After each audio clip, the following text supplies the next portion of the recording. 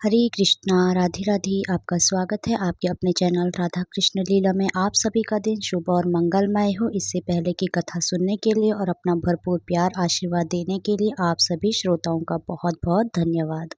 आज आप सुनेंगे वैशाख मास महात्म्य कथा चौथा अध्याय। उससे पहले आज आपको सुना रहे हैं महामाया के 16 श्रृंगारों की अद्भुत कहानी। आपने कहानियां तो बहुत सुनी होंगी, लेकिन क्या आप जानते हैं 16 श्रृंगार माता रानी को अर्पित करने के पीछे क्या रहस्य है? तो चलिए इस कथा के माध्यम से आपको सुनाते हैं और उसके बाद आप सभी प्रेम से सुनिएगा वैशाख मास महात्म्य आज का अध्याय। सृष्टि के प्रथम कल्प में एक बार मिथ्या देवी अपने पति अधर्म को भाई कपट के साथ मिलकर भूलोक पर घर घर अत्याचार फैला रही थी।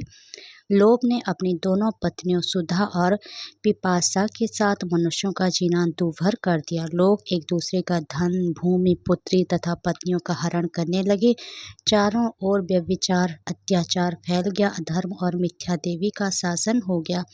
प्रजा त्रस्त होकर त्राहिमाम त्राहिमाम करने लगी। तब सप्त ऋषियों ने महामाया परमेश्वरी की उपासना की और कठिन तप किया। आदि शक्ति माता तब ऋषियों को उनकी तपस्या का फल प्रदान करने के लिए प्रकट हुई। भूतल पर धर्म की स्थापना करने के लिए और अधर्म का नाश करने के लिए माता रानी ने अंश रूप में अपने शरीर से अग्निदेव और उनकी पत्नी स्वाहा देवी को यज्ञ देव तथा उनकी पत्नी दीक्षा देवी और दक्षिणा देवी को पितृदेव और उनकी पत्नी स्वधा देवी को पुण्य देव और उनकी पत्नी प्रतिष्ठा देवी को सुशील देव और उनकी पत्नियों शांति देवी और लज्जा देवी को ज्ञान देव और उनकी पत्नियों बुद्धि देवी, मेधा देवी, धृति देवी और अपने शरीर से उत्पन्न किया और अधर्म तथा मिथ्या देवी की सत्ता को समाप्त करने का आदेश दिया। हजारों वर्षों तक बड़ा भीषण युद्ध चला, लेकिन मिथ्या देवी को कोई भी हरा नहीं पाया। यह देखकर माता परमेश्वरी ने अपने शरीर से पुनः वैराग्य देव तथा उनकी पत्नी श्रद्धा देवी और भक्ति देवी को वायुदेव और उनकी पत्नी स्वस्ति देवी को महादेव तथा उनकी पत्नी दया देवी को सुखदेव तथा उनकी पत्नी तंद्रा देवी और प्रीति देवी को तथा रुद्रदेव और उनकी पत्नी कालग्री देवी को अपने शरीर से उत्पन्न किया। फिर से उन सबके बीच भीषण युद्ध छिड़ गया। एक ही क्षण में रुद्रदेव और उनकी पत्नी कालंगी देवी ने मिथ्या देवी तथा अधर्म और कपट को तथा उनके सभी साथियों को बंदी बना लिया। 1000 वर्षों तक बंदी गृह में मिथ्या देवी पड़ी रही और उसी कारागार में रुद्रदेव और उनकी पत्नी कालागम देवी की तपस्या में लीन रही।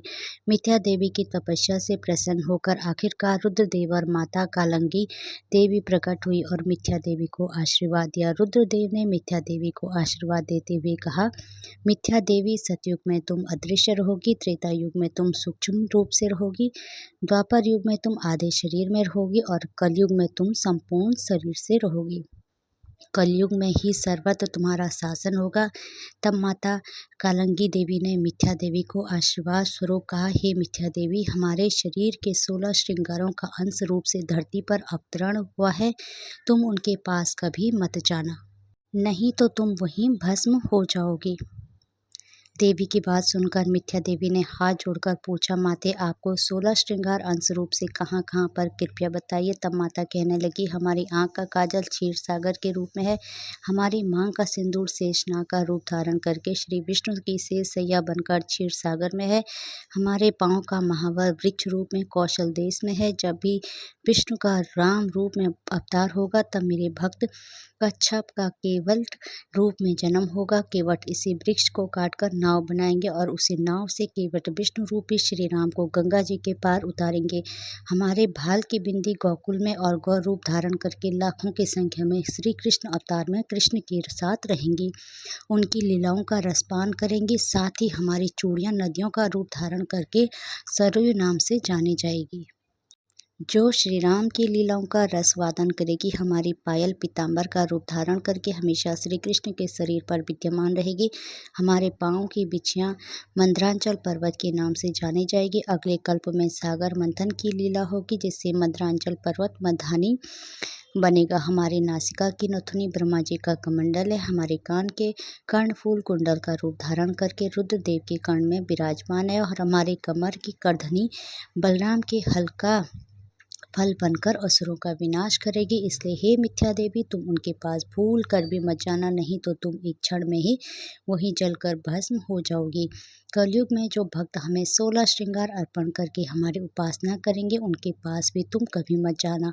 और कलयुग में इस प्रकार चारों ओर केवल तुम्हारा ही शासन होगा। मिथ्या देवी को ऐसा वरदान देकर माता और रुद्रदेव वहीं अंतर्ध्यान हो गए। जय माता दी। हरे कृष्णा। राधे राधे। भगवान श्री कृष्ण और राधा रानी की कृपा आप सभी भक्तों पर हमेशा बनी रहे। जय श्री राधे।